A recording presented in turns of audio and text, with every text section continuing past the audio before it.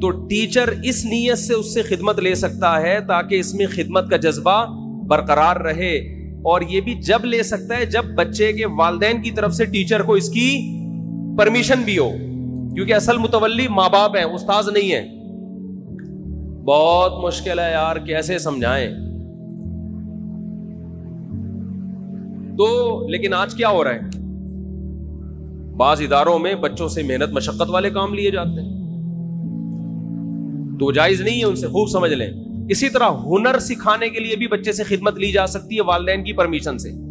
ماں باپ اپنے بچے کو میکینک بنانا چاہتے ہیں تو شو روم میں لے جا کے وہ جو ورک شاپ میں بٹھا دیا، تو وہاں جو بھی استاذ ہے اس سے کہا کہ بھائی اس سے پلگ پانا وغیرہ کھلواؤ تاکہ اس کو یہ کام آئے۔ تو ہنر سکھانے کی نیت سے بھی ٹیچر، استاذ وہ نابالغ بچے سے خدمت لے سکتا ہے، کس کی پرمیشن سے؟ ماں باپ کی۔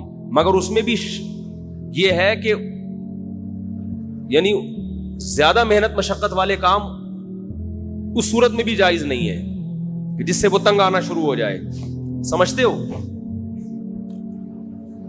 یہاں ایک مدرسہ ہے، مجھے نہیں یاد پڑتا کہ میں کبھی کسی بچے سے میں نے پانی بھی منگوایا ہو، مجھے نہیں یاد پڑتا۔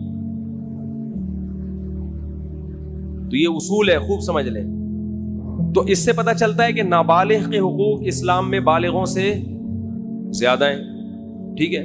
تو اس کا قتل کرنا تو اور بڑا جرم ہوگا نا۔ تو ابراہیم علیہ السلام کو اللہ تعالی حکم دے رہے ہیں کہ آپ قتل کریں ایک جان کا، اور وہ جان بھی انسانی جان، اور انسانی جان بھی معصوم بے گناہ، اور معصوم بھی آپ کا رشتہ دار، اور رشتہ دار بھی وہ جو سب سے قریبی، اور نابالغ بھی جس کے حقوق بالغوں سے زیادہ ہیں۔ اور مزید ایک بات یہ کہ وہ بچہ جو آپ کو آپ کی قربانیوں کے صلے میں بطور گفٹ ملا تھا، نہیں آ رہی بات؟ ابراہیم علیہ السلام نے جب اللہ کے لیے قربانیاں دی ہیں نا، تو اس کے گفٹ میں اللہ نے کیا دیے؟ اسماعیل۔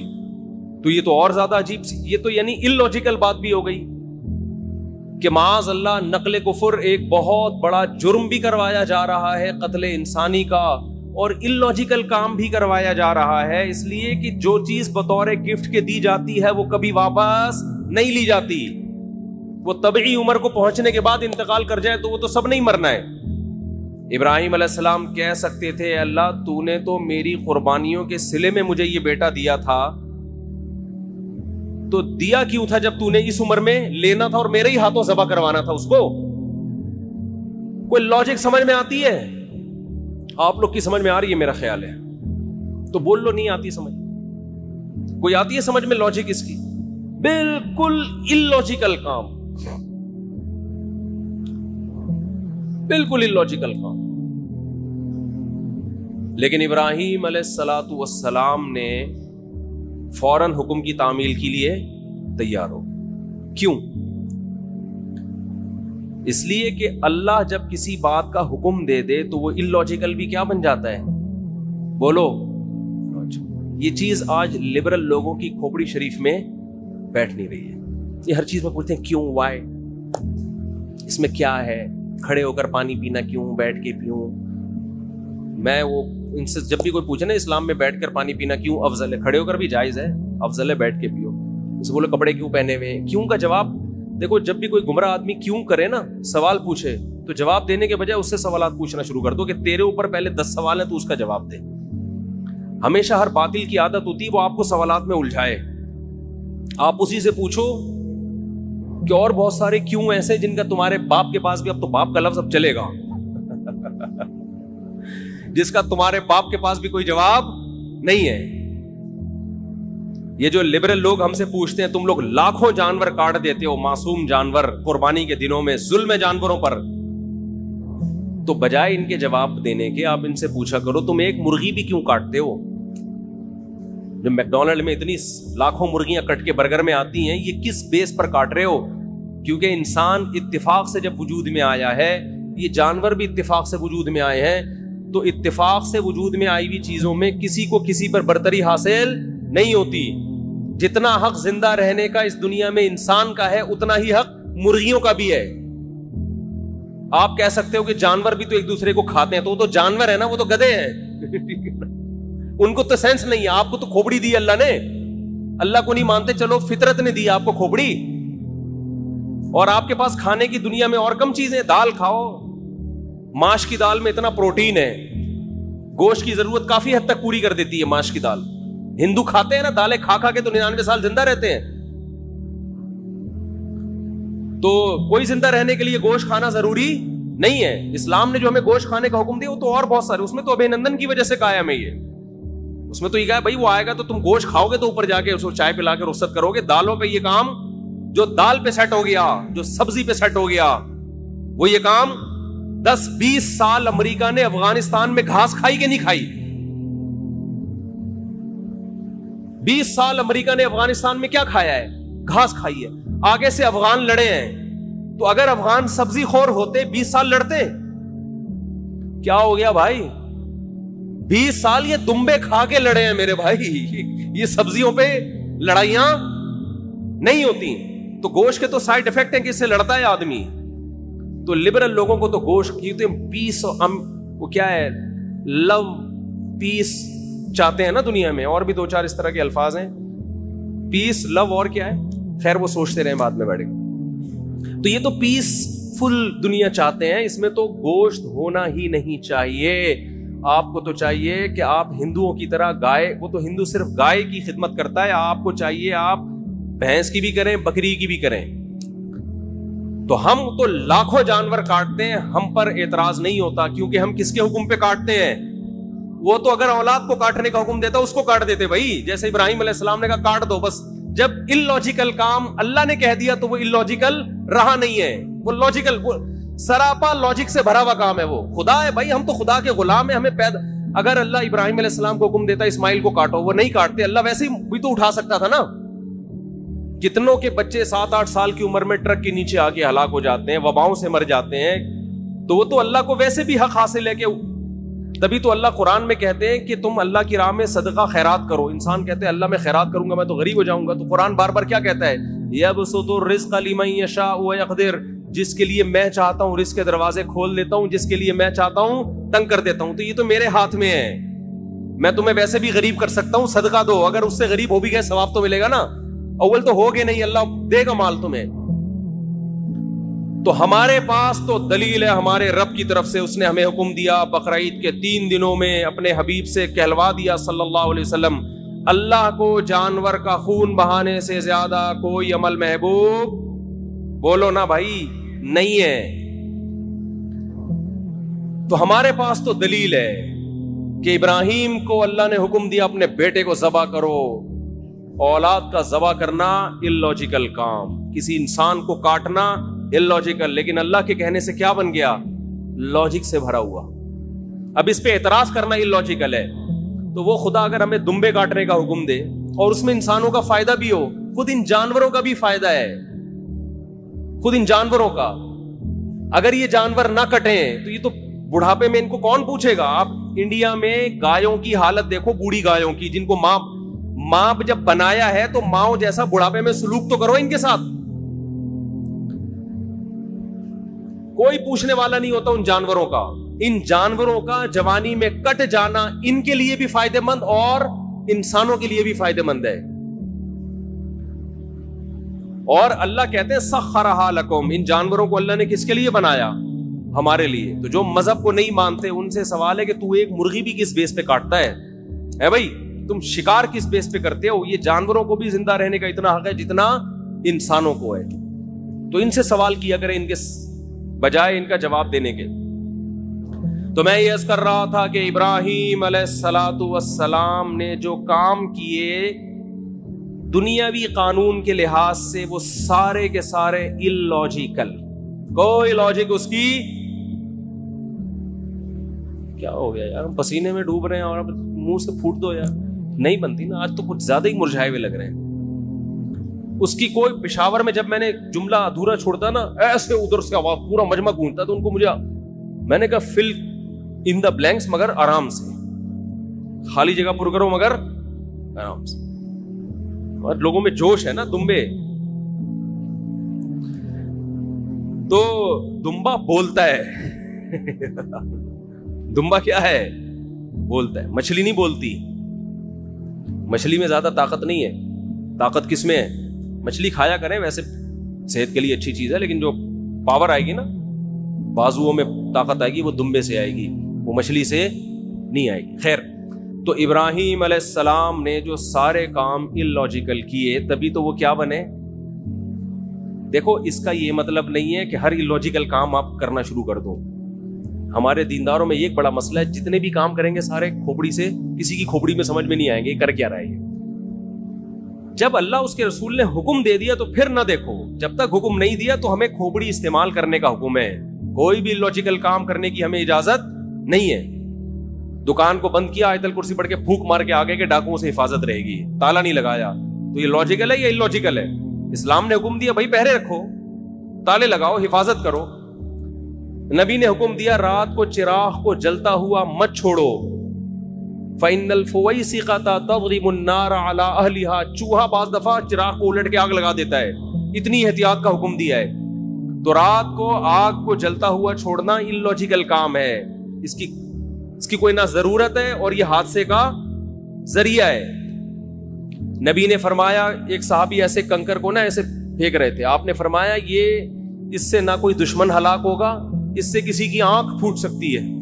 لوگ اٹھا اٹھا کے پتھر پھینک رہے ہوتے ہیں نا, ویسے ہی ٹائم پاس کرنے کے لیے, کسی کے لگ سکتا ہے. ہر کام سے پہلے آپ نے 100 دفعہ سوچنا ہے کہ اس کی کوئی لاجک بنتی ہے کہ نہیں بنتی. لیکن جہاں اللہ کا حکم آ جائے تو بس یہی لاجک ہے کہ کس نے حکم دیا ہے؟ اللہ نے. سمجھتے ہو؟ اسی میں ایک بات خوب یہ بھی, جب بات چل پڑی ہے, والدین جب کسی بات کا آرڈر کیا کریں نا, اور اس میں آپ کا کوئی بڑا نقصان نہ ہو, تو یہ نہ دیکھا کریں کہ یہ کیوں. بھئی یہ کس کا حکم ہے؟ باپ. یہ باپ کا حکم ہے, ماں کا حکم ہے, ان کو خوش کرنے کے لیے کرنا ہے. اس میں زیادہ پنچایتوں میں نہ جایا کریں, یہ کیوں کہہ رہے ہیں, یہ کیوں کہہ رہے ہیں. بھائی جو کہہ رہے ہیں کر لو یار, یہ خوش ہو جائیں گے, بس ان کو خوش کرنا ہمارا مقصد ہے. بحث بہت ہوتی ہے آج کل, میاں بیوی میں بحثیں چل رہی ہوتی. شوہر کسی بات کا آرڈر دیتا ہے, آرڈر یا گزارش کرتا ہے, آرڈر کا لفظ ذرا سخت ہو گیا, بیہائنڈ دا سین آئے گا. اب کسی نے میرا ایک بنایا بیہائنڈ دا سین, میں نے کسی, چلے چھوڑے. تو ریکویسٹ کرتا ہے, چھوڑو یار اس ریکویسٹ کو بھی, ٹائم بہت تھوڑا ہے نا, یہ قربانی کا فلسفہ ذرا کھوپڑی میں اچھی طرح بٹھا دوں میں. تو ہم جو جانور ذبح کرتے ہیں, کیوں؟ کوئی ہم سے پوچھے کیوں, وجہ کیا ہے بھائی؟ کس نے حکم دیا؟ اللہ نے. ایک بات خوب سمجھو. دوسری بات دیکھو, آج میں نے دیکھا ہے جو وہ چیزیں ہمیں نظر آ رہی ہیں جو بچپن میں ہم جن کا تصور نہیں کرتے تھے, جو بہت غلط ہو رہا ہے کام. بقرعید کے جو ایام ہیں ان میں روزہ رکھنا کیوں حرام ہے؟ اس لیے کہ یہ گوشت اللہ کی طرف سے ضیافت ہے اپنے بندوں کے لیے. اس کا مطلب بقرعید میں ہمیں یہ گوشت کھانا چاہیے. یہ تکبر ہے گوشت سے اجتناب کرنا بقرعید کے ایام میں. میں حیران ہوتا ہوں, بقرعید کے دن دعوت کر رہے ہوتے ہیں لوگ, چکن کھلا رہے ہوتے ہیں, چکن بریانی پکائی ہوئی ہے. بھائی یہ تو بہت برا عمل ہے, مسلمانوں کا شعار ہے یہ قربانی کا گوشت. کس بیس پر آپ چکن پکا رہے ہو؟ کوئی پرہیز ہو کسی کو تو ایک الگ بات ہے, کہہ رہے جی مہمان زیادہ آ گئے تو چکن کھلا رہے ہیں ان کو. ہمارے نبی کھانے پینے کے شوقین نہیں تھے, بہت قناعت, جو کی روٹی, کھجور, وہ بھی 40 دن گھر میں چولہا نہیں جلتا. لیکن بقرعید کے دن آپ صلی اللہ علیہ وسلم قربانی کے گوشت کھانے کا اتنا اہتمام کرتے کہ بقرعید کے دن پہلا نوالا جو آپ کے حلق مبارک میں اترتا وہ قربانی کے گوشت کا, کہ اللہ کی طرف سے ضیافت ہے تو ہم گوشت کا انتظار کریں گے. ہمارے ہاں لوگ گوشت کو گوشت کے طور پہ دیکھ رہے ہیں, اللہ کی ضیافت کے طور پہ نہیں دیکھ رہے, وہ اس کو گوشت لے رہیں گے. ایک صاحب ہیں ڈیفنس میں, انہوں نے قربانی کی, ساری قربانی صدقہ کر دیتے ہیں, اپنے گھر میں کرتے ہی نہیں قربانی. میں نے کہا کیوں؟ کہہ رہے یار ہم تو پورے سال گوشت کھاتے ہیں, تو اس لیے میں گھر میں قربانی نہیں کرتا, سارا ادھر ادھر, بس گھر میں ہمارا دکان سے ہی آ رہا ہے. یہ بہت بری حرکت ہے. بھائی آپ کو اللہ اس لیے تھوڑی قربانی کروا رہا ہے کہ پورے سال آپ جو بیچارے دال کھاتے ہیں تو وہ گوشت کھا لیں, اس لیے تھوڑی کروا رہے ہیں اللہ قربانی. جب کوئی عزت دار آدمی آپ کو دعوت دے اور کہے کہ ہماری دعوت میں آئیں, آپ پوچھیں کیا پکاؤ گے, وہ کہے میں قورمہ بریانی, اور آپ دعوت سے شارٹ ہو جائیں. اگلے دن وہ فون کر کے پوچھ رہا ہے آپ میری دعوت میں کیوں نہیں, آپ کہتے ہیں یار ہم تو صبح شام پیزا برگر کھانے والے لوگ ہیں, بروس کھاتے ہیں, یہ قورمے بریانی تو یہ ہمارے لیے کوئی اتنی ویلیو نہیں رکھتی, یہ تو ہم اپنے غریبوں کو کھلاتے ہیں. اس کو غصہ آئے گا کہ نہیں آئے گا؟ کیا ہو گیا بھائی؟ او بھائی ابھی اس کے قورمے کو نہیں دیکھا جائے گا, اس کی نسبت دوست کی طرف کی جائے گی کہ میرا بچپن کا دوست ہے, اس نے وہ بے شک دال چاول کھلائے, آپ جائیں گے نوالے بھر بھر کے شوق سے کھائیں گے, تعریفیں بھی کریں گے. آپ کی ماں نے بھنڈی پکائی ہو ہے بھائی, مسور کی بھنڈی تو بہت اعلیٰ غذا ہے, مسور کی دال جو اللہ دشمنوں کو بددعا جب کیونکہ بہت خشک ہوتی ہے, مسور کی دال بہت خشک ہوتی ہے, مسور کی دال پکائی آپ کی والدہ نے, لیکن دال چاول مسور کی دال بہت اچھی ہوتی ہے. میں یہ وضاحتی بیان اس لیے کرنا پڑتا ہے کہ پھر لوگ دال چاول دعوت کرتے ہیں نا تو کچھ اور چیز لے آتے ہیں سامنے. تو آپ کی والدہ نے محبت سے مسور کی دال پکائی تو آپ محبت کے اظہار میں لقمے بھر بھر کے کھاؤ گے کہ نہیں کھاؤ گے؟ تو یہ تکبر ہے کہ ڈیفینس میں رہنے والا آدمی کہہ رہا ہے یار ہم تو پورے سال گوشت کھاتے ہیں, ہمیں کیا ضرورت ہے. وہ بھائی شوق سے کھاؤ, تواضع کے ساتھ کھاؤ, یار ہم تو اللہ کے رزق کے محتاج ہیں. اللہ تیرا فضل ہے کہ تو ہمیں کھلا رہا ہے, حقیقت ہے اللہ نہ کھلائے تو ہم تو بھوکے مر جائیں. تو اس میں شوق سے نبی صلی اللہ علیہ وسلم نے, روایت میں آتا ہے 100 اونٹ نہر کیے, 60 اپنے ہاتھوں سے, باقی حضرت علی سے. ہر گوشت ہر جانور میں سے تھوڑا سا آپ نے نوالا لیا ہے اس میں سے. تو اس لیے اس میں تکبر بھی ٹھیک نہیں ہے کہ ہمیں کیا ضرورت ہے, ساری قربانیاں ادھر کر دی بھائی, کچھ نہ کچھ گوشت رکھو. اور کنجوسی بھی ٹھیک نہیں ہے. بعض لوگ اللہ کی ضیافت کو جو قبول کرتے ہیں تو اگلے سال بقرعید تک وہ ضیافت ہی چلتی رہتی ہے ان کی. محرم کے حلیم کس سے پکڑے ہیں ہے بھائی, اتنی بھی کنجوسی ٹھیک نہیں. وہ ایک چٹکلا ہے نا اس پہ, ایک آدمی کو خواب آیا, بقرعید کے 6 مہینے بعد خواب آیا کہ اس کا بکرا جنت میں ٹہل رہا ہے, ایک ٹانگ نہیں ہے, ایک ران نہیں ہے. اس نے پوچھا فرشتوں سے یہ کون ہے بھائی؟ اس نے کہا یہ تمہارا بکرا جو تم نے ذبح کیا تھا جنت میں. ان کا ٹانگ کہا, کہہ رہا وہ ابھی تک فریزر میں پڑی ہوئی ہے, وہ ابھی تک تمہارے, وہ جب پہنچے گی تو لگا دیں گے یہاں پہ. سمجھ رہے ہیں؟ تو اتنی کنجوسی بھی ٹھیک نہیں ہے. کھاؤ بھی اور کھلاؤ بھی, رج کے کھاؤ تو رج کے کھلاؤ, لیکن رج کے کھانے میں اتنا ضرور ہے کہ گوشت اسی کو سوٹ کرتا ہے جو اس کو یوٹیلائز بھی کرے. تھوڑا سا ورزش ہو, محنت ہو تو پھر تو گوشت کھائے انسان. زیادہ محنت کا کام نہیں ہے تو پھر اللہ کی ضیافت اتنی قبول کریں جتنی افورڈ کر سکتے ہیں. میرے بیان سن کے چربیاں کھا کھا کے پتہ چلا آغا خان میں پڑے ہوئے ہیں, لیکن کھائیں ضرور. اور ایک اہم بات یہ بھی کہ جو غریب آدمی ہے جسے پورا سال گوشت کھانے کو نہیں ملتا, وہ اگر قربانی کرتا ہے تو فقہا کہتے ہیں اس کے لیے اسٹور کرنا یہ صدقہ کرنے سے زیادہ بہتر ہے. سمجھتے ہو ایسے غریب بھی ہیں جو بیچارے پورے سال گوشت نہیں ملتا, ان کے بچے ہیں, فیملی ہے, تو اس کے لیے اسٹور کرنا یہ صدقہ کرنے سے زیادہ بہتر ہے, کیونکہ اپنے بچوں کا حق دوسرے کے بچوں سے پہلے ہے. تو بعض غریب بھی سخاوت دکھاتے ہیں, ان کے بچے بلک رہے ہوتے ہیں, ابا اتنے عرصے کے بعد بکرا دیکھنے کو ملا ہے, اتنا گوشت دیکھنے کو ملا ہے, امیدیں تھی کباب کوفتے بنا بنا کے پھوڑتے, ابا نے سخاوت میں آ کر سارا خالو کو دے دیا, اپنے ماموں کو دے دیا. تو فقہا نے مسئلہ بیان کیا ہے کہ بھائی اگر کوئی آدمی غریب ہے, اس کے خاندان بڑا ہے, تو پورا گوشت اسٹور کر لے. بچوں کا حق پہلے, بچوں کو پہلے فوکس کر, بیوی بچوں کو اپنے. سمجھتے ہو کہ نہیں سمجھتے تو وہ پھر اس پہ آپ طنز نہ کریں کہ 6 مہینے بعد حلیم کیوں پکڑا ہے. بھائی اس کا مسئلہ ہے, وہ اللہ نے اس کو, تو بچوں کو پہلے کھلائے, باقی بعد میں. تو یہ جو قربانی کے 3 حصے کیے جاتے ہیں یہ فرض واجب نہیں ہے, یہ مالدار کے لیے ایک مستحب حکم ہے کہ آپ مالدار ہیں تو آپ تو پورے سال کھاتے رہتے ہیں, ایک حصہ آپ کھا لیں, آپ اللہ کی طرف سے ضیافت ہے, ایک حصہ رشتہ داروں میں بانٹ دیں. اگر رشتہ دار مالدار ہیں تو پھر ان کو بھی بانٹنے کی ضرورت نہیں ہے. 1/3 آپ کیا کر دیں غریبوں کے لیے. قرآن کہہ رہا ہے فَكُلُوا مِنْهَا وَأَطْعِمُوا الْقَانِعَ وَالْمُعْتَرَّ, قناعت والے کو بھی اور جو دیکھنے سے مسکین لگ رہا ہو, یعنی اتنا مسکین ہو کہ اس کی غربت کے آثار اس کے چہرے پہ ظاہر ہو جائیں, صحت سے پتہ چل رہا ہے کہ بیچارے کو گوشت کھانے کو نہیں ملا, تو غریبوں کو بھی کھلاؤ, خود بھی کھاؤ. تو جو غریب ہے وہ سارا کھا لے, جو مالدار ہے وہ 1/3 صدقہ کر دے. اور بھی کچھ مسائل ہیں جو انشاءاللہ جمعے کے بیان کے بعد میں قربانی کے حوالے سے بتاؤں گا. بہت اہم مسائل ہیں جن کی لوگ رعایت نہیں کرتے. آج مائک کا سیٹ اپ صحیح نہیں ہے تھوڑا سا, تو مجھے چیخنا زیادہ پڑ رہا ہے. تو نماز کے بعد انشاءاللہ ہمارے یہاں عید الاضحیٰ کی نماز 6:30 پر ہوگی, اور ہمارے یہاں 6:30 کا مطلب 6:30 ہی ہوتا ہے, سمجھتے ہو, اس سے پہلے بیان نہیں ہوتا تاکہ نماز ایک دم ٹائم پہ کھڑی ہو جائے. تو کچھ مسائل جو آپ نے پوچھنے وہ بھی پوچھ لیے گا نماز کے بعد انشاءاللہ. اللہ تعالیٰ عمل کی توفیق عطا فرمائے. قربانی سے متعلق کچھ, یہ کیا پوچھا کسی نے, جلدی بتائیں. کچھ موٹے موٹے مسائل بتا دوں جو بہت زیادہ پوچھے جاتے ہیں. دیکھیں, قربانی کے جانور میں 7 آدمی اگر شریک ہیں تو 7 کے پیسے برابر ہونا ضروری نہیں ہے.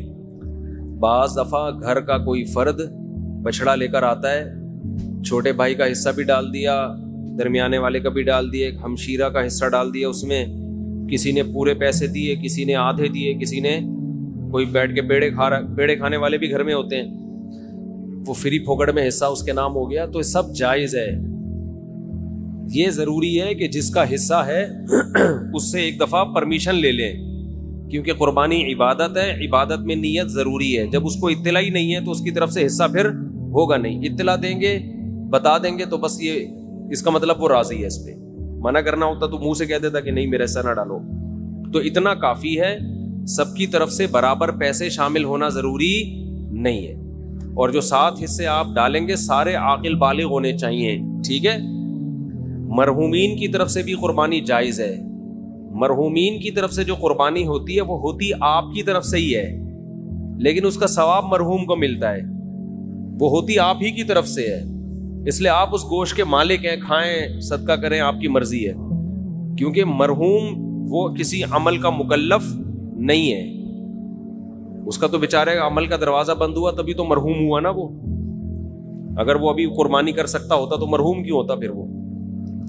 اور ہم بھی تھوڑے دنوں میں ہم سب نے مرحوم ہونا ہے کچھ وقت کے بعد جا کے. تو جو مرحوم کی طرف سے قربانی ہوتی ہے وہ ہوتی آپ ہی کی طرف سے. ثواب کس کو ملتا ہے؟ مرحوم کو. تو یہ بھی جائز ہے. نبی کی طرف سے بھی جائز ہے, زندوں کی طرف سے بھی جائز ہے, مردوں کی طرف سے بھی جائز ہے. نبی صلی اللہ علیہ وسلم نے کیا, ایک اپنی طرف سے, ایک پوری امت کی طرف سے 2 مینڈے ذبح کیا آپ نے. تو یہ اصال ثواب کا ثبوت بھی یہیں سے ملتا ہے. تو اس لیے جائز ہے قربانی, جس کی طرف سے چاہیں کریں, جتنی چاہیں کریں, اپنی حیثیت کو, اپنی اوقات کو دیکھتے ہوئے, اپنی چادر کو دیکھتے ہوئے. اتنا نہ کریں کہ کل لوگوں سے بھیک مانگنی پڑے. دوسری بات, قرضہ لے کے قربانی کرنا بھی جائز ہے. سمجھتے ہیں, قرضہ لے کے بھی قربانی کی جا سکتی ہے, بشرطے کہ قرضہ اتارنے کی طاقت ہو. ایسا نہ ہو وسیم بھائی سے پیسے لے کے ان کو چوڑے میں ڈال دیا, وہ بیچارہ مصیبت میں آ گیا, اب اس کے ادا کرنے کے پیسے ہیں نہیں, وہ آپ کے گھر کے باہر گھنٹی پہ ہاتھ رکھ کے کھڑا رہتا ہے اور آپ نے اس کو ٹینشن میں دے دیا. تو وہ ایسی ٹینشن کسی کو دینا جائز نہیں ہے. بعض دفعہ یہ ہوتا ہے کہ آپ کے پاس ابھی نہیں ہے پیسے, کل آ جائیں گے, پرسوں آ جائیں گے, آپ کسی سے ادھار پکڑ لیتے ہیں, یار میرے پرسوں پیسے آ جائیں گے, یا 1 ہفتے بعد مجھے مل جائیں گے, یا مہینے بعد مجھے تنخواہ ملے گی, میں تمہیں دے دوں گا, اور یقین بھی ہو دینے کا. تو بعض دفعہ آدمی کر لیتا ہے, کیونکہ قربانی کا موقع تو 3 دن کے بعد نکل گئی نا قربانی, 3 دن کے بعد تو نہیں ہوتی قربانی. تو یہ مسئلہ ہے. تو ایک اہم مسئلہ تو یہ ہو گیا, قرضہ لے کے بھی کر سکتے ہیں, اور کسی کا حصہ, کسی کے پیسے کم ہوں, کسی کے زیادہ ہوں, یہ بھی کر سکتے ہیں. ایک اہم مسئلہ یہ بھی ہے قربانی میں کہ گائے کے جب 7 حصے ہوں گے تقسیم کے وقت, تو 7 حصوں کو تول کے تقسیم کرنا ضروری ہے, کیونکہ سود, گوشت جو ہے یہ سودی اموال میں سے ہے. جب بھی ڈیوائیڈ کا عمل ہوتا ہے تو اصل میں یہ خرید و فروخت کا عمل ہوتا ہے. آپ اپنا حصہ اس کو بیچ رہے ہیں, اس کا حصہ اس سے خرید رہے ہیں.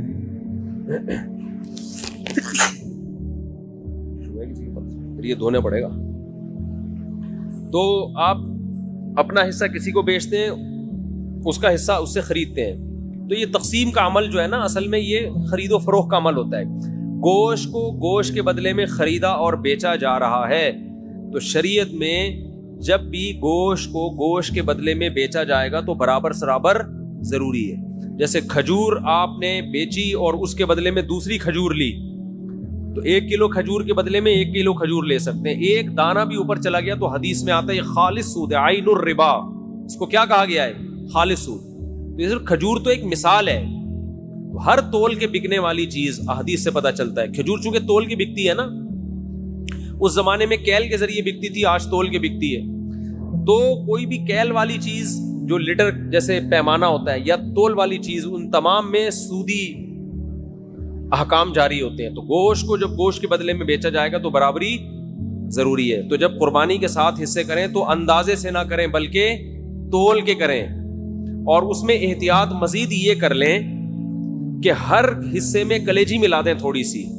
سودی احکام میں یہ بھی ہوتا ہے کہ اگر اس کے مخالف جنس ملا دی جائے تو پھر کمی بیشی جائز ہے. جیسے آپ 1 کلو کھجور بیچ رہے ہو اور ادھر سے لے رہے ہو 1.5 کلو کھجور، تو یہ آدھا کلو کیا ہو جائے گی؟ حرام ہو جائے گی نا.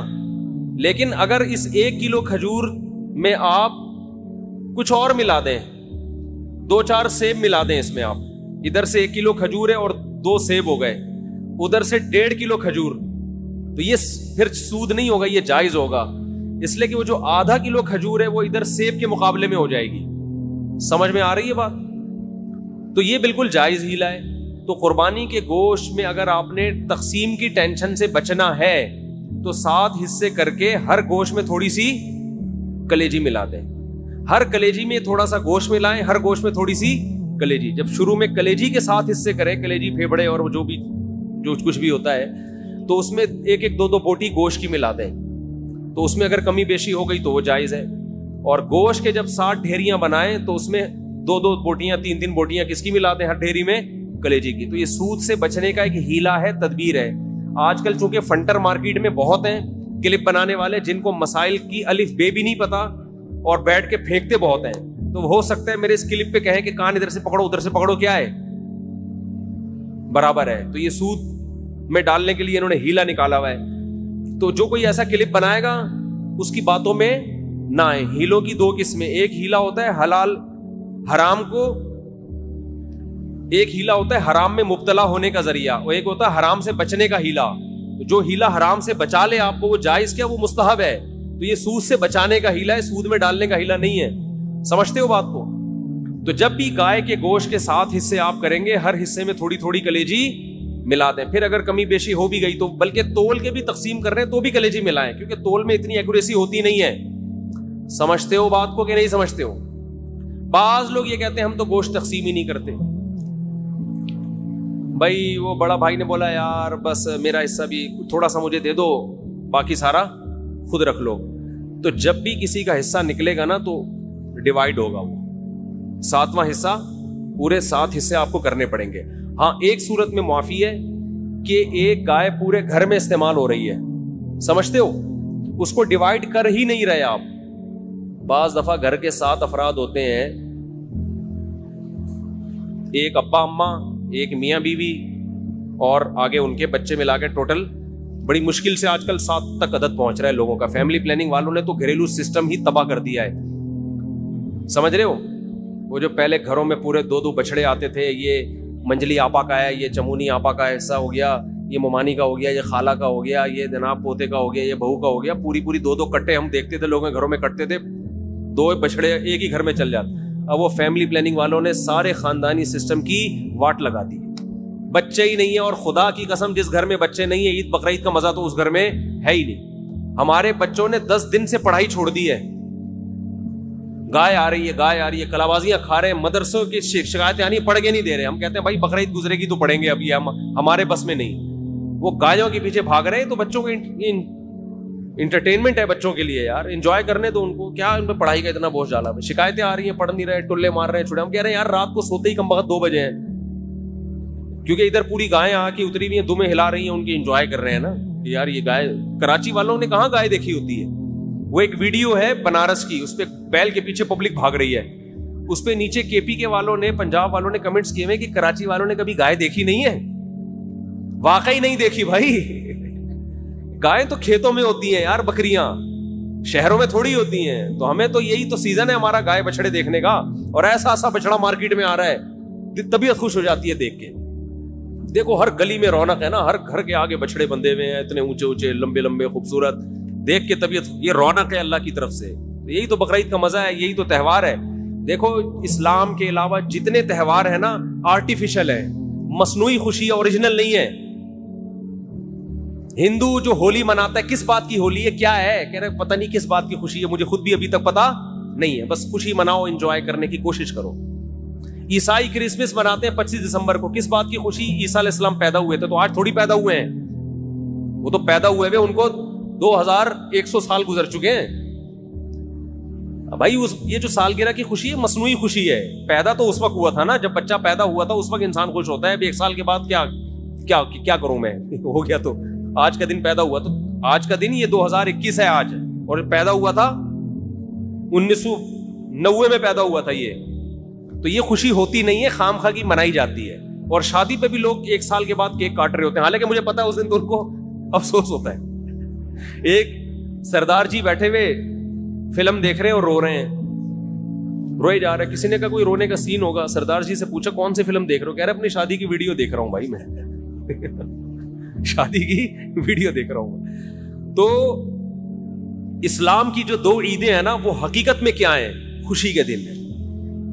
پہلی عید کیا ہے, رمضان کے روزے ختم. کتنا عجیب لطف محسوس ہوتا ہے یار, کھانے پینے کی کیا مل گئی چھٹی. 1 مہینہ نہ کھا سکتے تھے نہ پی سکتے تھے, رمضان کی تراویح ہے, اتنی لمبی لمبی نمازیں, اور سارا پھر اعتکاف والوں کا 10 دن اپنے آپ کو باؤنڈ کر کے مسجد میں بیٹھ جانا, بار بار دیکھنا چاند کب نظر آئے گا, ٹھیک ہے نا. اور 1 مہینے ناشتہ بھی گیا, نسوار بھی گئی, پان بھی گیا, گٹکا بھی گیا, سگریٹ بھی گئی, اور صبح کا ناشتہ بھی گول, دوپہر کا لنچ بھی گول, شام کی چائے بھی گول, سارا اسکیجول آؤٹ ہو جاتا ہے. اور 1 مہینے بعد کیسا پتلا ہونا شروع ہو جاتا ہے, کمزور ہونا شروع ہوتا ہے. ایک دم چھٹی مل جاتی ہے, چاند نظر آ گیا, اور کل کیا ہے, کل روزہ نہیں ہے. نیچرل خوشی ہے, کھا رہے ہیں اس دن اتنا اچھا لگتا ہے, کھانے میں مزہ آتا ہے. تو روحانی خوشی بھی ہوتی ہے, جسمانی بھی. روحانی یہ ہوتی ہے کہ خدا نے ہم سے بڑی عبادت کروا لی, ہمارے رب نے اتنی بڑی. عام دنوں میں 1 روزہ رکھنا کتنا مشکل کام ہے یار, کتنا مشکل کام ہے. سوچتا رہتا ہے آدمی, کیونکہ سب کھا رہے ہوں گے, آپ کا روزہ ہے. اللہ رمضان میں ہمت دے کے پورے مہینہ کنٹینیو روزے رکھواتا ہے, پورے مہینے تراویح پڑھوا لیتا ہے. مرے سے مرا آدمی بھی زیادہ کچھ نہ کچھ عبادت کر ہی لیتا ہے رمضان میں. تو یہ خوشی ہوتی ہے یار, ہم سے اللہ نے گن پوائنٹ پہ عبادت کروا لی ہے, چلو ہم نہیں بھی چاہتے تھے, کام کروا لیا. اس کی خوشی ہوتی ہے, روحانی خوشی ہے. اور ایک جسمانی خوشی کے کھانے پینے کی چھٹی. 1 مہینہ ڈائٹنگ کے بعد کسی مریض کو جب اجازت ملتی ہے نا, پھوڑ سکتے ہو, تو آپ دیکھو اس کی خوشی کا عالم کیا ہوگا. اور ہماری 1 مہینہ ڈائٹنگ عام ڈائٹنگ نہیں ہے. مریض کو تو بہت ساری چیزیں کھانے کی اجازت ہوتی ہے, 2-4 چیزیں ڈاکٹر رکوا دیتا ہے, اور ہمیں نہ پینے کی اجازت اور نہ کھانے کی اجازت. اور 1 مہینہ یہ اسکیجول چلتا ہے, روٹین چلتی ہے, اس کے بعد چھٹی ملتی ہے, تو مزہ نہیں آئے گا کیا. پھر بھی کسی کو مزہ نہ آئے تو پاگل آدمی ہے. وہ کیا ہے, وہ پاگل ہے. دوسرا بقرعید میں, بقرعید کی بھی خوشی یہ اوریجنل خوشی ہے. کئی دنوں سے قربانی کی باتیں شروع, جانور لانا شروع, ان کی سیوا ہو رہی ہے, ان کو کھلا رہے ہیں. یہ نیچرل ہے. جس آدمی کو جانوروں سے محبت نہیں ہے وہ اپنی فطرت اور نیچر پہ نہیں, وہ آرٹیفیشل مصنوعی زندگی میں ہے. سمجھتے ہو, یہ مصنوعی زندگی. آپ کو پتا ہے ماہر نفسیات کہتے ہیں کہ جانور پالنے والے لوگوں میں نفسیاتی بیماریوں میں مبتلا ہونے کا اندیشہ کم ہوتا ہے. سمجھتے ہو. اور کتے پالنا نہ شروع کر دو. کتے پالنا اسلام میں جائز نہیں ہے, حرام جانور ہے, اس میں روحانیت نہیں ہے. یہ جو حلال جانور ہے نا, جس میں اللہ نے برکت رکھی ہے, ان کے دودھ میں, ان کی قرآن کیا کہتا ہے, وَمِنْ أَصْوَافِهَا وَأَوْبَارِهَا وَأَشْعَارِهَا, ان کے اون میں, ان کے صوف میں, ان کے بالوں میں, ان کی کھالوں میں تمہارے فائدے ہیں, ان کے دودھ میں, ہر چیز ان کی استعمال ہوتی ہے. تو اس سے کیا ہے, حلال گوشت ملتا ہے انسان کو. ان جانوروں سے مانوس ہوتا ہے انسان. تو کتنے دنوں سے پالنا شروع کر دیتے ہیں. بچوں کی خوشیاں دیکھو, ناچتے پھر رہے ہیں گلیوں میں, کلابازیاں کھا رہے ہیں, ہماری گائے کب آ رہی ہے, ہمارا دمبا کب آ رہا ہے. اپنا دمبا نہیں ہوتا, دوسرے کے دمبے سے دل بہلانا شروع کر دیتے ہیں. اور پھر جب گائے جانور ذبح ہوتا ہے, کتنا گوشت کھانے کو ملتا ہے, یہ تازہ گوشت ہے. تو اس میں روحانی خوشی کیا, کہ اللہ نے ہم سے ابراہیم علیہ السلام کی سنت کو زندہ کروا لیا. ہمیں ہر بال کے بدلے میں اللہ نے ایک نیکی دے دی. یہ کون سی خوشی ہے؟ روحانی خوشی. یہ بھی خوشی ہے, مسلمان اس میں بھی خوش ہوتا ہے, یار اللہ نے اتنا ثواب کا کام کروا لیا ہم سے. نمبر 2, گوشت انسان کی خوراک میں سب سے لذیذ ترین خوراک ہے. وہ اتنی وافر مقدار میں مسلمان کو بقرعید میں ملتا ہے کہ اتنی وافر مقدار میں عام طور پہ پورا سال نہیں ملتا, اور اتنا تازہ, اتنا فریش میٹ, اتنا بہترین. اور اس میں کمال کی بات یہ کہ اس گوشت کی نسبت کس کی طرف ہے؟ اللہ کھلا رہا ہے. ہٹو بچوں, اللہ تو دال بھی کھلائے, دیکھو پورے سال بھی اللہ ہی کھلاتا ہے. نسبت اپنی طرف نہیں کرتا کہ یہ میری طرف سے الگ سے دعوت ہے, یہ میری طرف سے الگ سے کیا ہے؟ ضیافت.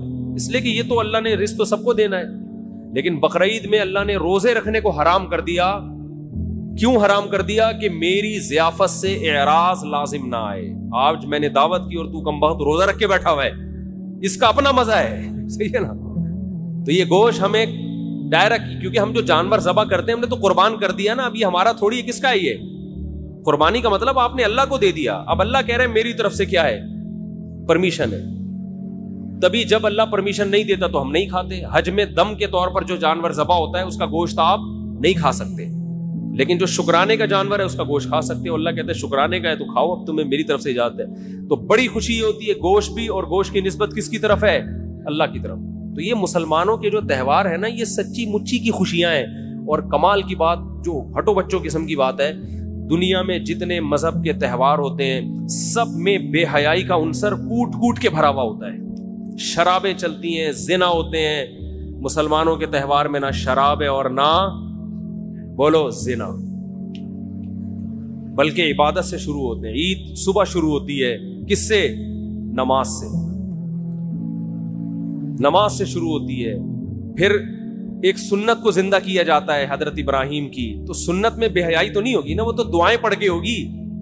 قربانی کے ذبح کے وقت دعائیں پڑھی جاتی ہیں, الحمدللہ عیاشی نہیں کی جاتی. تو مذہب بھی ہے, لطف بھی ہے, روحانیت بھی ہے, اور کیا چاہیے بھائی آپ. تو اسی لیے نبی صلی اللہ علیہ وسلم نے فرمایا اب ہمیں کوئی عید منانے کی ضرورت نہیں, اللہ نے ہمیں خود سے 2 عیدیں دے دی ہیں.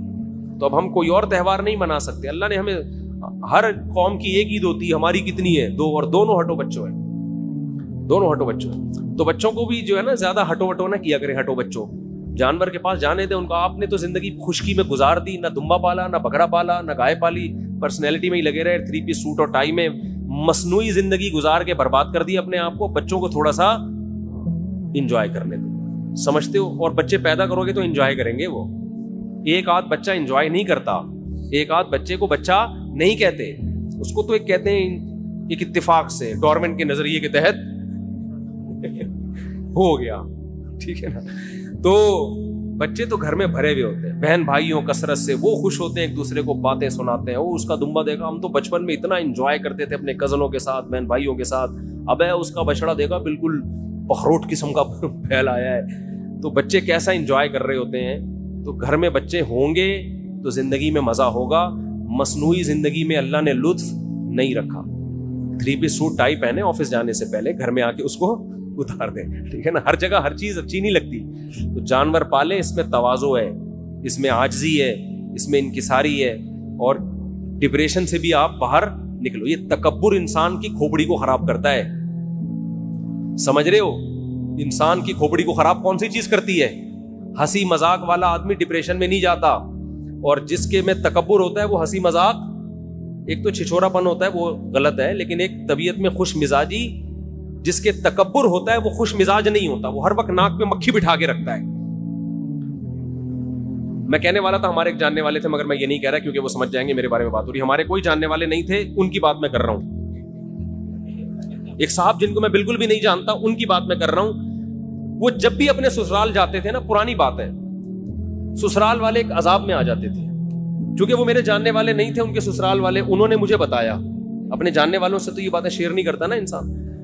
انہوں نے مجھے بتایا کہ یہ داماد ہمارا جب بھی گھر میں آتا ہے عذاب جان ہے ہمارے لیے. میں نے کہا کیوں؟ کہہ رہے جب بھی آئے گا فسادی عورتیں, ہر عورت فسادی نہیں ہوتی, پہلے بتا دوں میں, فسادی عورتوں کی طرح بیٹھ کے نا لگائی بجھائی شروع کر. مجھے کسی نے چائے کا نہیں پوچھا,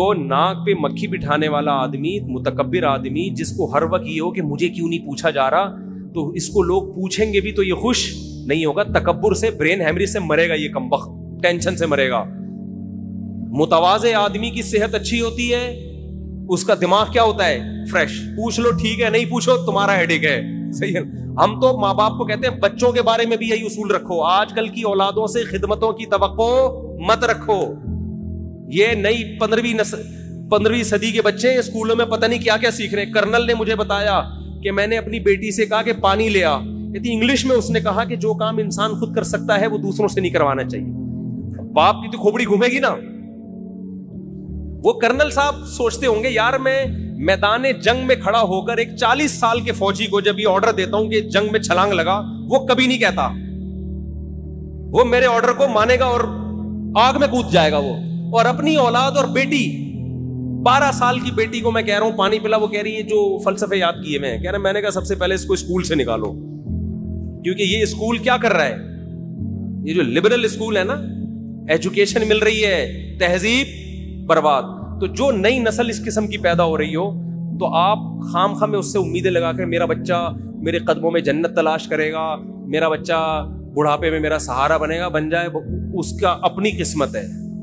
وہ اگر خوش قسمت ہوگا تو آپ کی خدمت کرے گا, بد قسمت ہوگا تو نہیں کرے گا. آپ امیدیں نہ لگائیں, آپ اپنی طرف سے تربیت کی کوشش, اپنی طرف سے تعلیم, اپنی طرف سے اس کے سارے حقوق ادا کریں.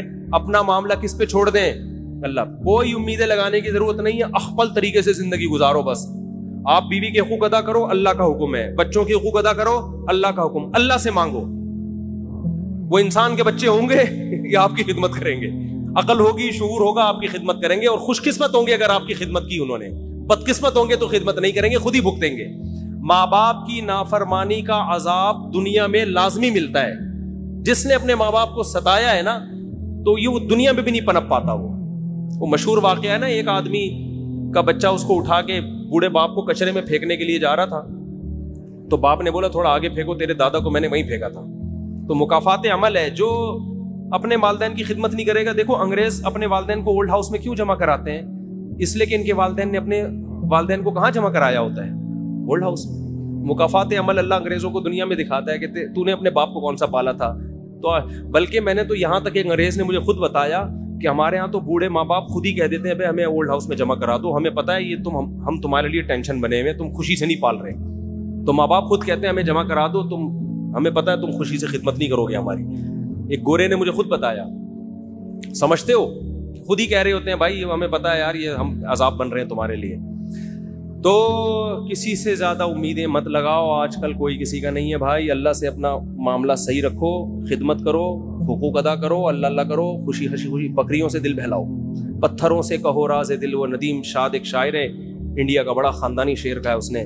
پتھروں سے کہو راز دل, یہ نہ دیں گے دغا آپ کو, اے ندیم آج کے دور میں آدمی کا بھروسہ نہیں. پتھروں سے پتھر جو ہے نا, اس سے اپنے غم کی باتیں شیئر کر لیا کرو, دکھ کی باتیں بیان کیا کرو.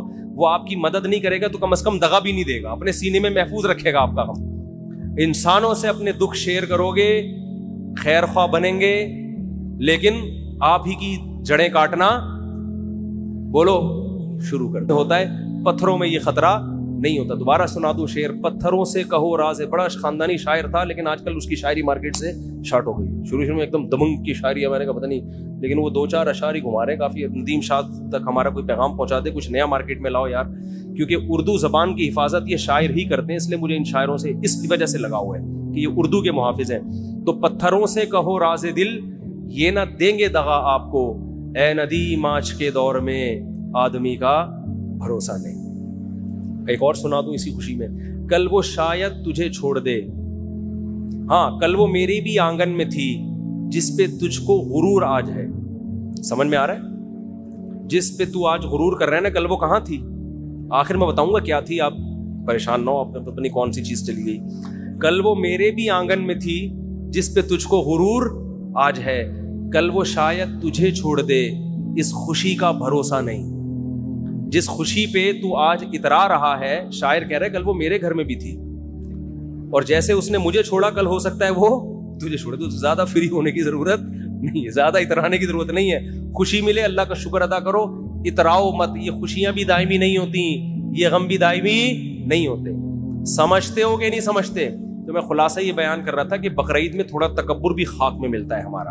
جب گایوں کو لے کے گھومتے ہیں, صحیح ہے نا, ان کی سیوا کرتے ہیں, بکریوں کو کھلاتے ہیں, بکروں کو کھلاتے ہیں, تو تھوڑی جو پرسنالٹی ہے نا یہ 3 پیس سوٹ ٹائی والی, یہ تھوڑی کیا ہو جاتی ہے. دیکھو اللہ تعالیٰ ہمیں انسان کا بچہ بنانے کے لیے حج کرواتے ہیں, اور حج میں ہوتا کیا ہے آپ دیکھو, اتنی ہم نے قربانی دی, 10-15 لاکھ روپے خرچ کر کے بیت اللہ گئے, وہاں ہم نے بیت اللہ کا طواف کیا, لاکھوں روپے خرچ کیے, کنکریاں ماری, 40 دن کی ٹینشن کے بعد ہونا یہ چاہیے تھا کہ اللہ تعالیٰ ہمیں 3 پیس سوٹ پہنا کے واپس بھیج دے. اللہ کہتے ہیں جانے سے پہلے ٹنڈ کروا لو. ٹھیک ہے نا, جانے سے پہلے, جب تک ٹنڈ نہیں ہوگی, یہ جو 2 چادریں باندھی ہوئی ہے نا, یہ کھولنے کی اجازت ہے.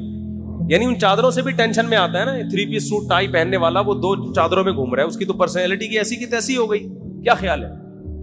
جو ہر وقت کالر کلف میں گھومتا ہے اور ہر وقت مکھی بھی نہیں بیٹھنے دیتا, وہ 40 دن یا 10-15 دن یا 5 دن بھی منا کے لگا لو, اتنی گرمی, اتنی دھول مٹی میں, میلا کچھ ایلا, 2 چادروں میں کتنی ٹینشن ہے. تو پرسنالٹی کی تو ایسی کی تیسی ہو گئی. اور واپسی پہ اللہ کہتے ہیں, اب انسان کہتے ہیں اللہ اب یہ چادریں اتار کے میں آتا ہوں دوبارہ اپنی پینٹ پہ, اور اللہ کہتے ہیں آ جا لیکن ٹنڈ ایک دفعہ کرا لے. کیا خیال ہے بھائی؟ تو یہ بھی ٹریننگ ہے, تربیت ہے. زیادہ شو بازی کے چکر میں مت پڑو, انسان رہو. تکبر اللہ ختم کراتے ہیں ہمارا, سمجھتے ہو؟ خوش رہتا ہے آدمی. تو خوش رہنے کا ایک بہت بڑا نسخہ ہے, تکبر ختم کر لو. گھروں میں جا کے یہ نہ پوچھا کرو مجھے پوچھا کیوں نہیں, میں گھنٹے سے بیٹھا ہوا ہوں, کیا عذاب بنایا ہوا ہے, پانی کا نہیں پوچھا, چائے کا نہیں پوچھا. ہاں ہوٹل میں بعض دفعہ انسان کو غصہ آتا ہے, آگے بس نکل رہی ہے اور وہ ہوٹل والا پوچھ نہیں رہا, تو پھر جا کے انسان, وہ تکبر کی وجہ سے نہیں, وہ ٹائم بچانے کی وجہ سے ہوتا ہے. سمجھتے ہو؟ تو گھر میں بیوی چائے کا پوچھ لے, اچھی بات ہے, نہیں پوچھے خود ہی بنا کے پی جاؤ. یہ شکر ادا کرو, ٹینشن نہیں دے رہی, بس خوشیاں نہ دے, کوئی مسئلہ نہیں ہے, ٹینشن نہ دے, بس یہ بہت. ٹینشن والی فری بیوی کسی کو مل جائے تو بس سمجھو خوشیاں ہی خوشیاں. آج کل مسئلہ یہ ہے کہ نہ صرف یہ کہ خوشی نہیں دے رہی ہوتی, الٹا ٹینشن دے رہی ہوتی ہے. بعض خواتین جو بیان نہیں سن رہی, تو اگر آپ کی بیوی ٹینشن نہیں دے رہی بس بہت ہے. کسی نے میرے بارے میں تبصرہ کیا کہ ان کے اتنے گھر ہیں اور ناشتہ انڈا موڑ پہ کرتے ہیں, طنز کیا نا. تو میں نے کہا میرا گھر میں اللہ کا شکر ہے ناشتہ مجھے ملتا ہے, تو مجھے وہ پراٹھے اچھے لگتے ہیں باہر کے, وہ گھر میں بن نہیں سکتے وہ, تو اس لیے کھا رہا ہوتا. تو فسادی لوگ ہیں, کچھ بھی کرتے رہتے ہیں بیٹھ. یوں بھی تو کر سکتے تھے, اتنے اچھے ہیں کہ ناشتے کی ٹینشن بھی گھر والوں کو نہیں دی انہوں نے, ناشتے کی ٹینشن بھی گھر والوں کو نہیں دی, اتنے اچھے ہیں, یہ بھی تو کہہ سکتے تھے نا. لیکن ناشتہ گھر والے بنا کے رکھتے ہیں الحمدللہ.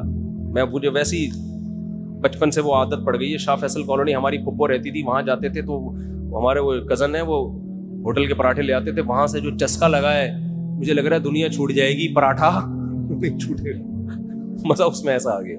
خیر, تو کیا بات کر رہا تھا, قربانی کے مسائل بیان کر رہا تھا میں کہ اس میں تواضع بھی ہے, عاجزی بھی پیدا ہوتی ہے, صحیح ہے نا. تو یہ 7 حصے کر دیا کرو, کلیجی ملا دیا کرو اس میں.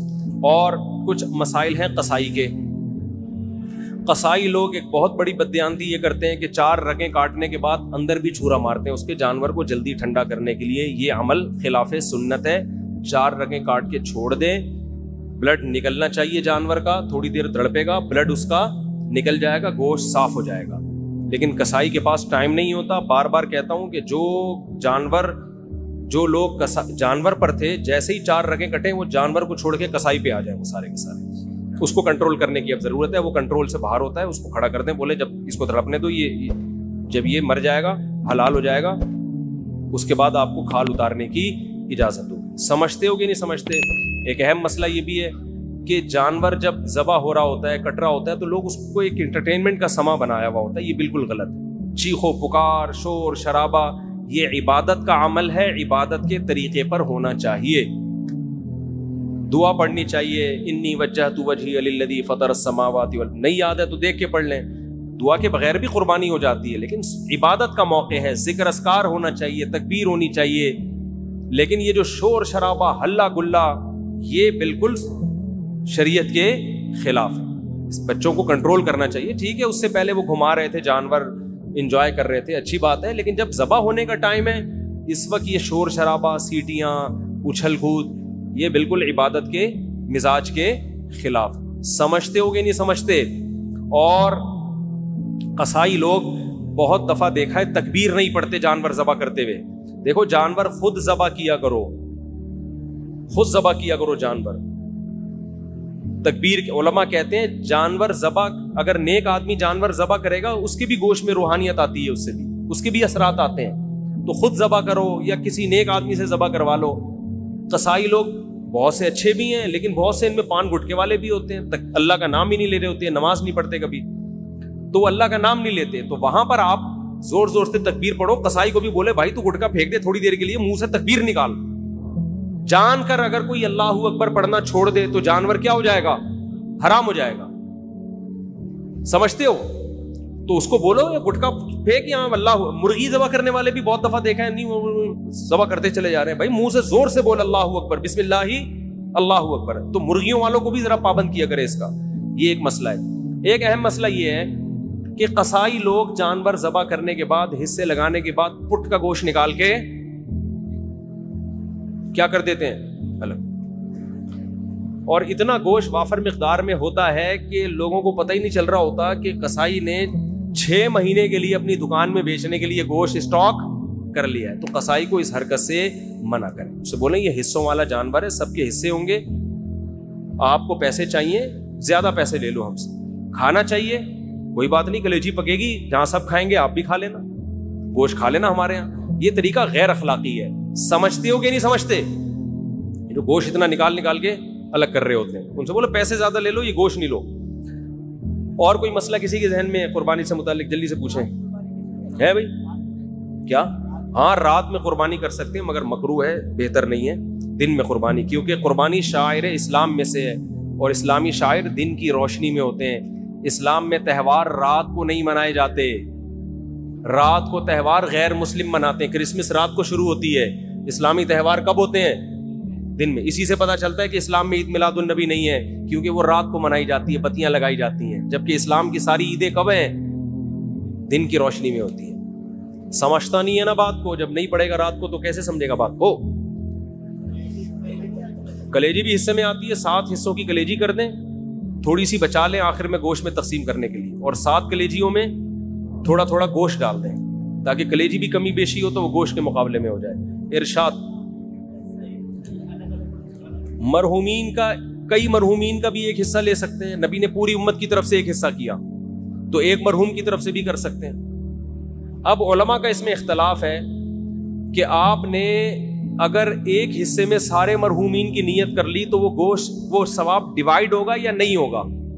بعض کہتے ہیں ڈیوائیڈ نہیں ہوگا بلکہ سب کو پورا پورا ثواب ملے گا. وہ اس کی مثال آگ کی دیتے ہیں کہ ایک آگ ہے, آپ جتنے بھی اس سے چراغ روشن کرو اس آگ میں کمی نہیں ہوتی. لیکن بعض علماء اس کے قائل ہیں, اور یہ بھی مضبوط قول ہے, کہ وہ ڈیوائیڈ ہو جائے گا. سمجھتے ہو؟ وہ کیا ہو جائے گا؟ ڈیوائیڈ ہو جائے گا. 2 کی طرف سے کی تو آدھا ایک کو پہنچے گا, آدھا دوسرے کو, تو دونوں قول ہیں. سمجھتا نہیں ہے نا بات. تو بہتر ہے کہ والدین میں سے ہر ایک کے لیے الگ, کسی کے والدین مرحوم ہے تو ایک پورا پورا حصہ دونوں کی طرف سے ڈال لیں. ارشاد. کچھ کہہ رہے تھے آپ, پوچھ لیں, پھر سارا دن فون بجتا رہتا ہے, پوچھتے رہتے. پائے کا کیا, ابھی بتا رہا ہوں پائے کا کیا, پائے پکانے کا طریقہ بتا دو جی. ہاں بعض غیر مسلم قصائی بن کے گھوم رہے ہوتے ہیں تو اس کا بھی خیال کریں. مسلمان ہونا چاہیے. ہندو کا ذبیحہ حلال نہیں ہے, اسی طرح مشرک کا ذبیحہ بھی حلال نہیں. کوئی اپنے آپ کو مسلمان کہتا ہے لیکن ختم نبوت کا منکر ہے, یا رسول اللہ صلی اللہ علیہ وسلم کو صاف لفظوں میں حاضر ناظر مشکل کشا کہتا ہے بغیر کسی تعویل کے, تو چاہے دیوبندی ہو, چاہے اہل حدیث ہو, چاہے بریلوی ہو, وہ تو مشرک ہے نا. نبی کو علی الاطلاق مختار کل مانتا ہے کہ اللہ نے سارے اختیارات نبی کو بھی دے دیے ہیں, تو یہ تو شرک ہے کھلا ہوا. تو کوئی بھی مشرک چاہے دیوبندی ہو, چاہے اہل حدیث ہو, چاہے بریلوی ہو, اس کا ذبیحہ حلال نہیں ہے. یہ امام مالک کا قول ہے, امام احمد بن حنبل اور امام شافعی کا, کہ ایک گھر میں ایک قربانی کافی ہے, پورے گھر والوں کی طرف سے ہو جاتی ہے. اور ان کی دلیل بعض اسلاف کے اقوال ہیں, بعض تابعی ہیں ان کے اقوال ہیں. امام ابو حنیفہ کا موقف یہ ہے کہ جو بھی صاحب نصاب ہے اس پر الگ سے قربانی واجب ہے. ایک قربانی سب کی طرف سے کافی نہیں ہے. اور امام ابو حنیفہ کے قول کو ہم دو وجہ سے فالو کرتے ہیں. ایک تو یہ کہ ہم امام حنیفہ کو بر صغیر میں ان کے فقہ کو فالو کیا جاتا ہے, ایک وجہ تو یہ. دوسرا, امام حنیفہ کا موقف اس بارے میں دلیل کے لحاظ سے بھی بہت مضبوط ہے. وہ اس لیے مضبوط ہے کہ حدیث میں آتا ہے من وجد سعة لأن يضحي فلم يضحي فلا يقربن مصلانا, کہ جس کے پاس گنجائش تھی قربانی کی اور اس نے نہیں کی قربانی, وہ ہماری عیدگاہ کے قریب بھی مت آئے. تو اس میں نبی نے مرد اور عورت کا فرق نہیں کیا, شوہر بیوی کا نہیں کیا, باپ بیٹے کا نہیں کیا, جس کے پاس بھی استطاعت ہے. سمجھتے ہو؟ نمبر 2, دوسری حدیث, دوسری بات کہ اسلام میں کوئی بھی عبادت ایسی نہیں ہے جو ایک کرے تو دوسری کی طرف سے کافی ہو جائے. وہ تو قربانی بھی ایک عبادت ہے, تو اس میں یہ کیسے ہو سکتا ہے کہ ایک کرے تو دوسرے کی طرف سے کافی ہو جائے؟ عبادت تو ہر ایک پر الگ واجب ہوتی ہے نا. زکوٰۃ میاں بیوی دونوں کے پاس سونا ہے تو دونوں پہ الگ الگ زکوٰۃ ہے. تو قربانی بھی ایک مالی عبادت ہے. حج بھی دونوں پر الگ الگ ہے. حج بدل میں تو ایک وصیت کرتا ہے کہ میری طرف سے پیسہ بھی دے رہا ہوتا ہے, تو وہ تو اس کا نائب بن کے الگ سے اس کی طرف سے حج کر رہا ہوتا ہے. تو وہ بھی ایک حج دو آدمیوں کی طرف سے کافی نہیں ہوتا. تو قیاس کے لحاظ سے بھی امام حنیفہ کا موقف بہت مضبوط ہے, اور حدیث کے لحاظ سے بھی امام حنیفہ کا موقف بہت مضبوط ہے. اور اس لحاظ سے بھی مضبوط ہے کہ جب دلائل میں تعارض ہوتا ہے تو اصول یہ ہے کہ عبادت میں احتیاط کے پہلو کو ترجیح دی جاتی ہے, کیونکہ عبادت کس کا حق ہے؟ اللہ کا. تو احتیاط کا تقاضا بھی یہ ہے کہ اگر بیوی مالدار ہے تو اس پہ الگ سے قربانی واجب ہو, شوہر مالدار ہے تو اس پر الگ سے واجب. اور صحابہ کے دور میں اگر ایسی روایت ہمیں ملتی ہے نا کہ ایک نے سب کی طرف سے کی, تو اس کی وجہ یہ کہ اس دور میں عام طور پر گھر کا سربراہ ہی مالدار ہوا کرتا تھا, باقی تو سارے اس کے ماتحت ہوتے تھے. یہ رواج نہیں تھا کہ بیگم صاحبہ الگ کما رہی ہیں, میاں صاحب الگ ارننگ ہے اس کی, بیٹا الگ کما رہا ہے. یہ اس دور میں ہوا نہیں کرتا تھا عام طور پہ, تو اس لیے گھر کا سربراہ ہی کرتا تھا. آج کل بیٹے کی ارننگ بعض دفعہ باپ سے زیادہ ہوتی ہے, بیوی کے پاس سونا شوہر سے زیادہ ہوتا ہے, یہ بہت دفعہ ہو رہا ہے, تو وہ زیادہ مالدار ہے. تو اس لیے جو ہماری نظر میں راجح قول ہے, لیکن اختلافی مسئلہ ہے, عرب علماء کہتے ہیں ایک خاندان کی طرف سے ایک کافی ہے, لیکن ہماری نظر میں ایک تو بر صغیر میں فقہ حنفی کو فالو کیا جاتا ہے. ایک ملک میں اگر کسی فقہ کو فالو کیا جا رہا ہے تو آپ 1.5 انچ کی الگ سے مسجد کیوں بنا رہے ہو؟ یہ بھی تو غلط ہے نا, اس سے بھی تو اختلاف پیدا ہوتا ہے.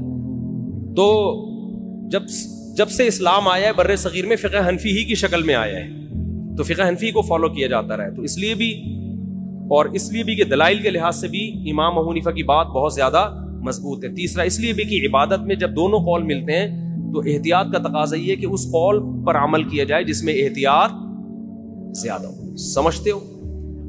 اور چلو بھائی, کوئی مسئلہ, پائے کی تقسیم کیسے ہو؟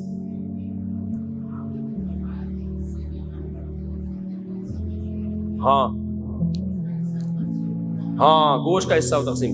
البتہ ایک ہی گائے اگر ایک گھر میں ہے نا, ایک گھر میں پوری گائے ہے, ایک ہی فریج میں ہے, وہ تو تقسیم ہو ہی نہیں رہی نا بھائی. 7 بندے تھے, اٹھا کے ایک فریزر میں ڈال دیا پورا بچڑا, تو وہ پھر نکال کے سب کھاتے رہے. وہاں تو تقسیم کا عمل ہو ہی نہیں رہا ہے. جہاں تقسیم کا عمل ہوگا تو 7 حصوں میں ڈیوائڈ کرنا پڑے گا, ہر حصے میں کلیجی ملا دیں تاکہ سود کے مسائل سے اجتناب ہو, جس پر میں تفصیل سے بات کر چکا ہوں.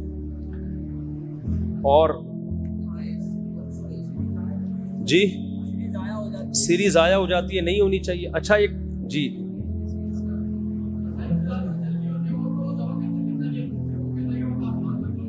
نہیں, ہاتھ رکھنے سے نہیں ہوگا. قصائی کے کونی پہ ہاتھ رکھ لیا تو قصائی ذبح ہو سکتا ہے, اس سے جانور ذبح نہیں ہو سکتا. چھری پہ ہاتھ رکھ کے چلائیں. ہاں, قصائی کو بولے تیرے پاس ٹائم نہیں ہے تو پھر آیا کیوں, ادھر بیٹھ آرام سے. میں نے بتایا نا گائے کو کنٹرول کرنا اتنا مشکل نہیں, قصائی کو کنٹرول کرنا زیادہ مشکل ہے. 2 قصائی کو کنٹرول کرنے کے لیے الگ سے بلائیں.